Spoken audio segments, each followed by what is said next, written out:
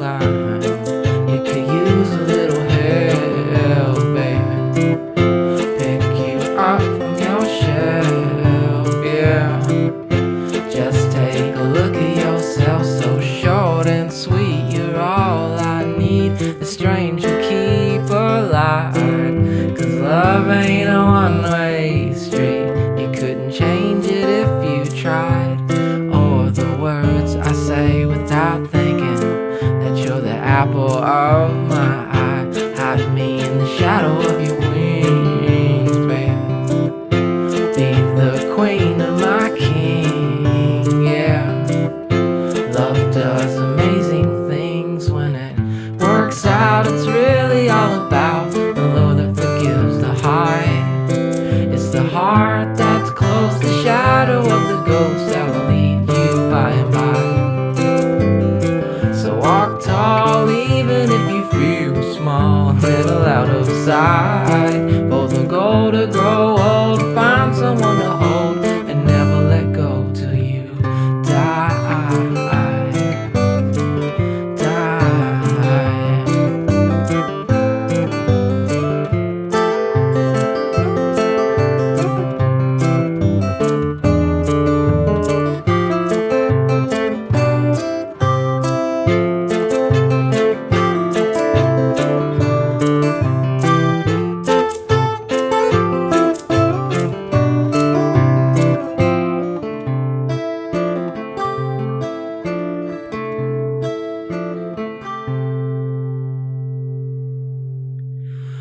5 foot fierce, you strive, you pierce the lioness of my pride. Let go and let me dry those tears. It looks funny when you cry. We don't have to say that we're sorry. We don't have to say goodbye. I wanna take you by the hand, baby. Lead you back to dry land. Oh, you make me a better man.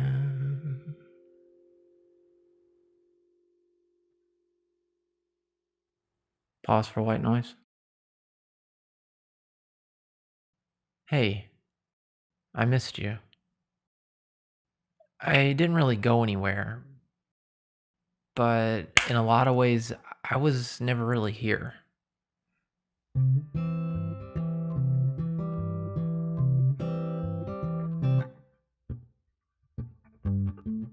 This channel is due to hit 500 subscribers by Christmas, which I know sounds a little presumptuous for me to say, but it's actually a little Christmas present I get each year from the just all-knowing, all-powerful YouTube algorithm. You see, back in 2012, I basically shit out a video called Christmas Songs for Guitar, which, if I could somehow briefly encapsulate just the tremendous depth of such a brave project, I could only describe it as Christmas songs for guitar. It was essentially practice with a camera pointed at it. And I mean, I was riffing on some Christmas music to maybe play for family and friends, maybe do some busking or something. It was nothing. It was less than nothing. And in all its infinite wisdom, the great YouTube algorithm decided, yes, Christmas, yes, guitar. And that absolute nothing master of a video gets promoted very heavily, like right now. And it has over 1,000 likes and like 200,000 views, and just the sweetest comments from grandmas and grandpas all over the world who they say, oh, we put your video on every Christmas and our grandson just loves it, and the dogs bark and the fucking yeah, you know, you get it. They like the video. That video probably makes up about 99% of my overall viewership here on YouTube. And I don't mean to belittle that, because it is actually a really great thing to have people come along, just like you guys are with me here, and sort of sharing that sense of community that YouTube can provide, or used to provide, and I guess it claims to now. I actually just turned 35 last Friday, so if you'll indulge me, I think I kind of earned the right to be a fucking grandpa for a moment. When I say this, YouTube just is not what it used to be. This channel has been around since 2011, but I've actually been on YouTube a lot longer than that. I remember the first YouTube video I ever made back in like 09 or 2010, I think. And some of you might even remember the way YouTube was structured back then. You could kind of customize your channel with different colors and fonts and layouts and, you know, make this hub that for like you and your audience to sort of connect on that was your own thing. So aesthetically, your channel could be completely different from everyone else's, completely independent. It wasn't this like cookie cutter thing of YouTube saying this is how we're gonna allow you to present your content to the public. It wasn't pandering to television networks or sponsorships or celebrities. It was just people like you and people like me, you know, having this, learning from each other and, you know, learning about each other. It truly was community driven. I'm talking about community, hon. And one day I remember going down some YouTube rabbit hole, you know how it goes. And I came across this video called Slack Key Punahou Special. It was just a guitar cover from, you know, some guy named Duke. And I watched it and I was like, okay, yeah. And I watched it again and I was like, huh. And I watched it again and again and again and again. And I could not for the life of me figure out what I was watching, right? Like how is this guy making that sound come out of like this thing? Like I have this, right? And I can't do that. I didn't think I could ever do that. It was the craziest fucking thing I'd ever seen or heard anyone do on a guitar before. So every day I would set aside time to watch this guy play this song, you know, just mouth agape, mind fucking shattered, gone. And I kind of just wanted to give up playing guitar even, because there was just no way I could be that good. It got to that point, and you know, I hate to be that guy in the comments who's like, bruh, I need a tab for this. Why would you post this if you don't have a tab? Give me the tabs. What are you doing? But I reached out to him and I was like, I know you don't know who I am, but I watched your video and it was amazing, and I'm very interested in knowing how you did that. If maybe you have some sheet music or something that you could pass along. And I did not expect him to get back with me, because that video actually had some really good stats for the time. And, you know, a guy with those kind of views and that kind of ability has probably got a lot better things to do than talk to my stupid ass, right? But the very next day, there he was in my email. He had like sent me this really huge write-up saying how appreciative he was that I had taken the time to show an interest in Slack Key guitar and what he was doing, which, I didn't know at the time what Slack Key guitar even was. But he actually went into depth and told me about it, what it meant to him personally and culturally, you know, some of the techniques involved, some of the tunings involved, things like that.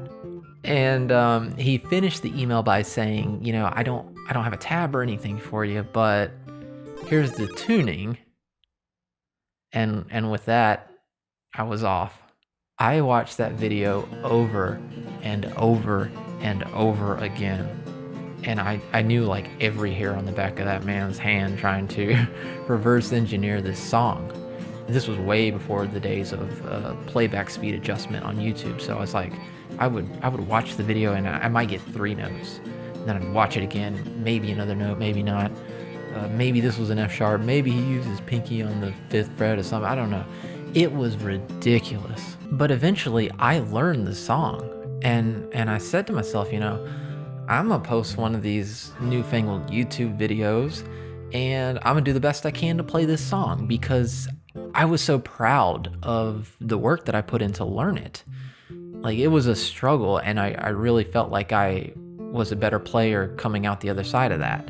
So I sat on the edge of my bed and turned on my webcam and just proceeded to record the most awful sounding, fast tempoed, off tempo, just horrible, nervous wreck of a version of this song you could ever imagine. But I did it, and I posted it. If that video had gotten 2 views, it would have been a success, because I wanted to see that I could do it, and I wanted Duke to see that I could do it. I wanted him to know how appreciative I was that he had taken the time to write me, a complete stranger, and share his musical knowledge, his insights, and his passions with me. That was such a big deal. And sure enough, the video was a success, because Duke did see it and he loved it. And he told me how impressed he was and how proud he was that I had taken the time to learn that song and put forth my best effort into playing it. And, that sparked something in me. Because you've got to understand that, like, I love music. And I don't mean that in the way that, like, some fucking Tinder thought says she loves music. I've had a lot of great things come and go in my life, and just unconditional love and support from family and friends. But the only true constant in my life that has been there to get me through the more difficult situations in life, and I'm sure you can relate to those moments in life where maybe you don't know how to reach out to someone else with a certain problem. Music has always been that constant for me. Since I was a little kid, I had always been writing and composing music. In a way, it's kind of all I've ever known, but I had always been too timid or too scared to share that with anyone. Maybe too scared to be judged, or too scared to fail. Maybe even too scared to succeed.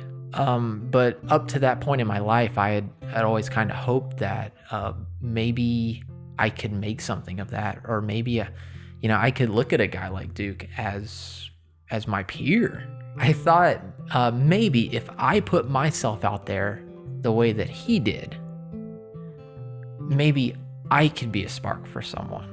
Or maybe I could even realize my full potential as an artist, Maybe I could be this thing that I always wanted to be. To take the only way I'd ever known to express myself, despite my anxieties, despite my insecurities, my shortcomings, to make who I was truly and actually who I was. Maybe by doing that, I could imagine a life in where I was happy, a life where all things are possible.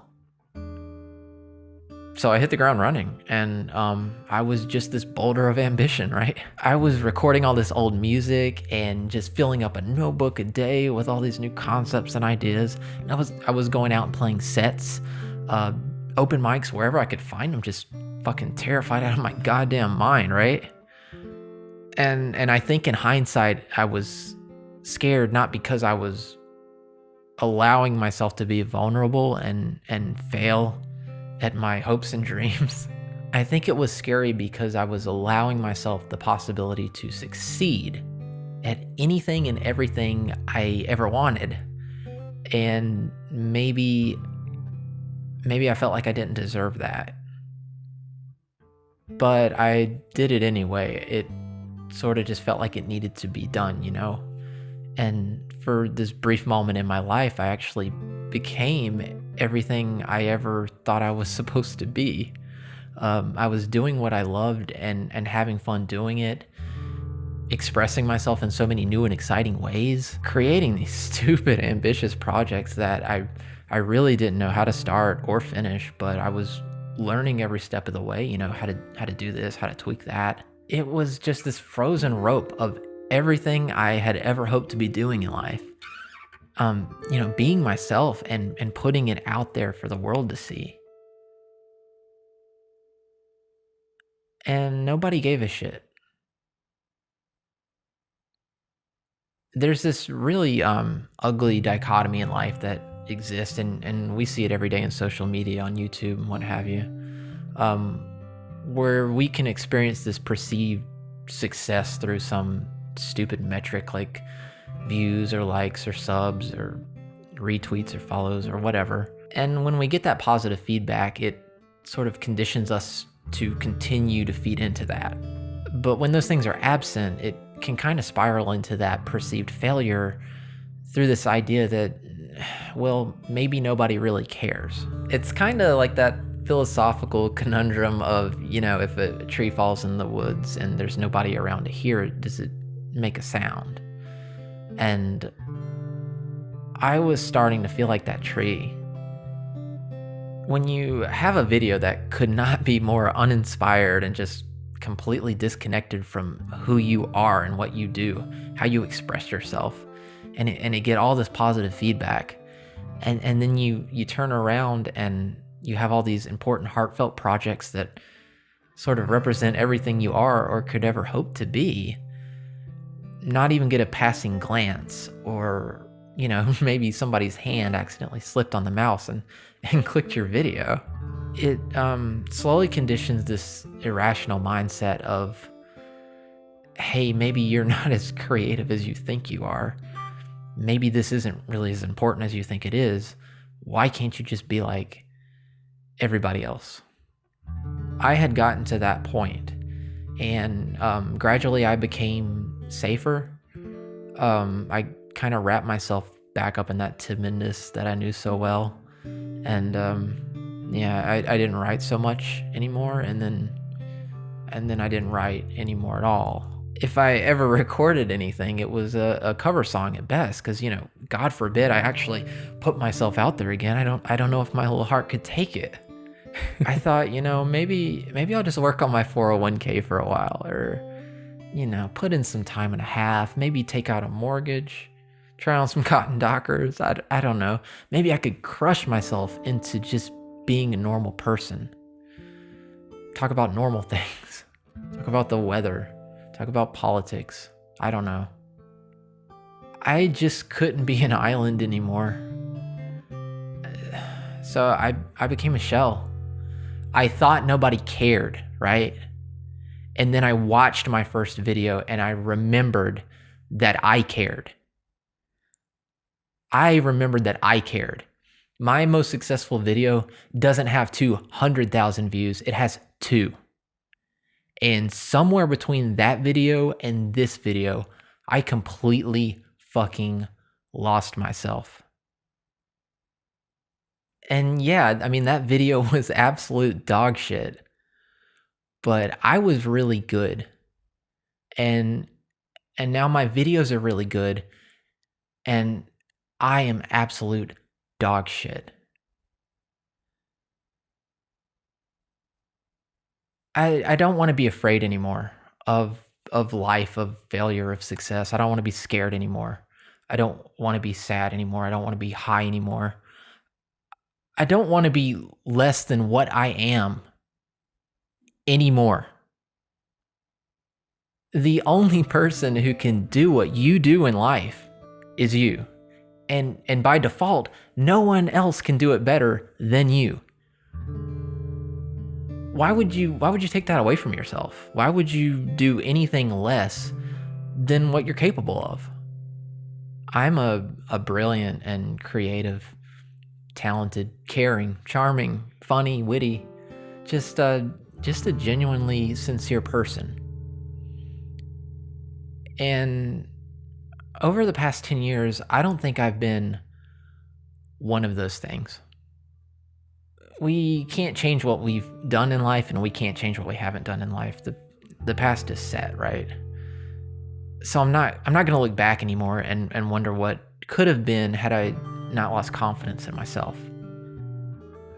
But I will say this, just once, and we can move past it. Just anyone out there who ever supported me or this channel, or ever saw something in me that I could never see in myself, I just want you to know that yeah, I did forget who I was, and I am so fucking sorry about that. I can be better today, and I can hope to be better tomorrow, and who knows, maybe even the next day. But what I can't be is somebody else.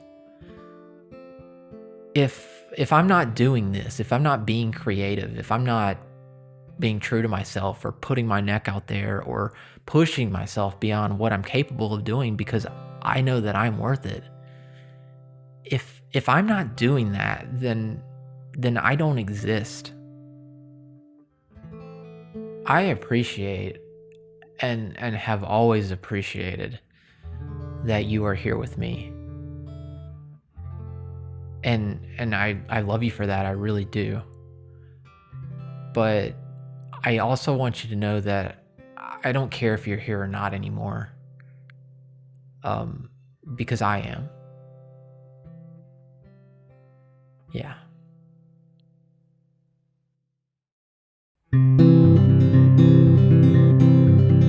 Leave the letter on the counter that you saved. It doesn't matter anyway. Alone in this subtle maze, where each desperate moment leads ever more astray. It doesn't matter anyway. And if these walls could talk, well, I'd stay, just to lay here and waste away the day. Oh, to lay in this mess I've made of unused potential and promises betrayed. No, it doesn't matter anyway. Just know I love you like a pigeon loves bread, each forlorn and each shorted. So don't let these memories of us spill from your head. Bad or good, they'll be all you'll have. For in the morning, yes, in the morning, well, I'll be dead. Just remember, all that's sad is not sad. It doesn't matter what we had. Be glad that it ends this way.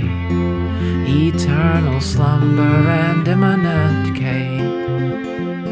It doesn't matter anyway.